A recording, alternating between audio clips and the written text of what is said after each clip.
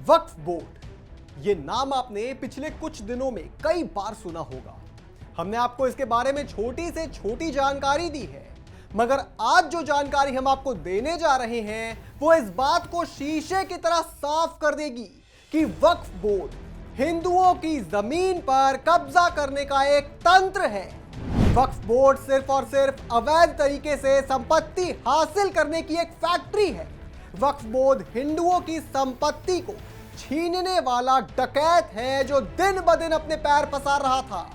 देंगे आपको वक्फ बोर्ड के पीछे छुपे भू माफिया की डिटेल रिपोर्ट। पर उससे पहले अगर आपने हमारे चैनल को सब्सक्राइब नहीं किया है तो अभी सब्सक्राइब कर लीजिए और बेल आइकन दबाना ना भूलें।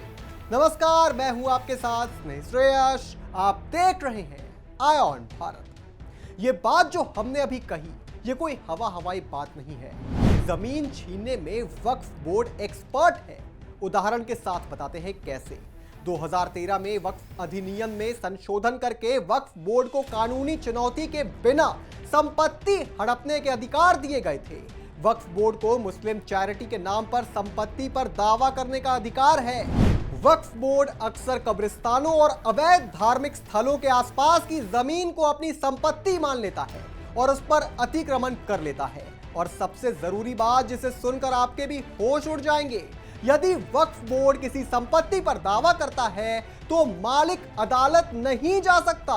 बिल्कुल उसे वक्फ बोर्ड का जो स्पेशल अदालत है वहां जाना होगा। यानी कि अगर वक्फ बोर्ड किसी की संपत्ति पर ये क्लेम करता है कि वो संपत्ति वक्फ बोर्ड की है तो आप या फिर कोई भी व्यक्ति अदालत का रुख नहीं कर सकता है। और वहां कितना न्याय मिलेगा, यानी कि वक्फ बोर्ड में कितना न्याय मिलेगा, ये सबको पता है। और इस मामले में जो जमीन हड़पने के 3 सबसे कॉमन रूप हैं। किसी जमीन पर कब्रिस्तान के रूप में दावा करना, मजार या दरगाह बनाना और पब्लिक प्रॉपर्टी पर नमाज पढ़ना। पब्लिक प्रॉपर्टी पर शायद इसलिए नमाज पढ़ी जाती है ताकि उसे वक्फ बोर्ड के संपत्ति के रूप में दावा किया जा सकता है। उदाहरण के तौर पर समझिए, देश भर में ऐसे हजारों मंदिर और धर्म स्थल हैं जिन्हें तोड़कर उन पर मस्जिद थोप दिए गए। मथुरा का शाही ईदगाह, वाराणसी का ज्ञानवापी मस्जिद, अयोध्या में कभी रहा बाबरी ढांचा, धार का भोजशाला, ये सब जगह नमाज पढ़ने के लिए नहीं थे बल्कि मुस्लिम आक्रांताओं की विजय की निशानियों में हमारे मुख्य तीर्थ स्थलों को नमाज पढ़ने की जगह में बदल दिया गया। आज ये सब वक्फ के कब्जे में है। एक और उदाहरण सुनिए। तमिलनाडु के तिरुचि जिले में एक गांव है जिसका नाम है तिरुचेथुरई। यहां 1500 साल पुराने मनोडियाला वल्ली चंद्रशेखर स्वामी मंदिर की जमीन पर वक्फ बोर्ड ने मालिकाना हक का दावा कर दिया। मंदिर के पास गांव और उसके आसपास 369 एकड़ जमीन है। यहां रहने वाले किसान राजगोपाल ने गांव में मौजूद अपनी 1.2 एकड़ जमीन किसी शख्स को बेचने की कोशिश की। और जब इस लेन देन से जुड़े फॉर्मेलिटीज को पूरा करने का वक्त आया तो पता चला जमीन तो उसकी है ही नहीं, बल्कि ये तो तमिलनाडु वक्फ बोर्ड की जमीन है। राजगोपाल को वक्फ बोर्ड से एनओसी लाने को कहा गया। इसके अलावा तमिलनाडु के 18 गांव की जमीन पर भी वक्फ बोर्ड ने अपना दावा ठोक चुका है, जिसमें कहा गया है कि इन गांवों में मौजूद 389 एकड़ जमीन वक्फ बोर्ड की है। अब मुसलमानों का कोई मुद्दा हो और उसमें कांग्रेस का रोल ना हो या कांग्रेस शामिल ना हो, ऐसा तो हो ही नहीं सकता।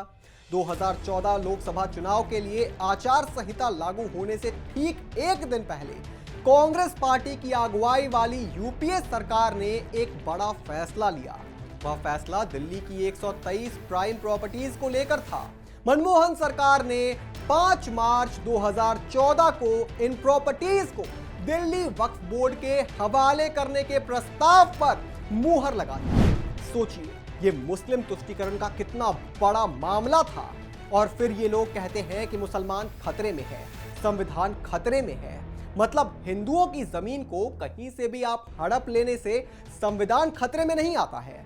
भाई, ये जो माइनॉरिटी का चोला ओढ़कर आप खुद को पीड़ित बताते हैं ना, आप सेकंड मेजॉरिटी हैं और आप बिल्कुल डरे हुए नहीं हैं।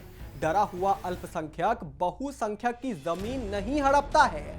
तो कृपया फेक नैरेटिव फैलाकर देश का माहौल खराब ना करें। इस पर आप क्या सोचते हैं दोस्तों, हमें कमेंट करके जरूर बताएं। और भी तमाम बड़ी खबरों से जुड़े रहने के लिए आप देखते रहिए आय ऑन भारत।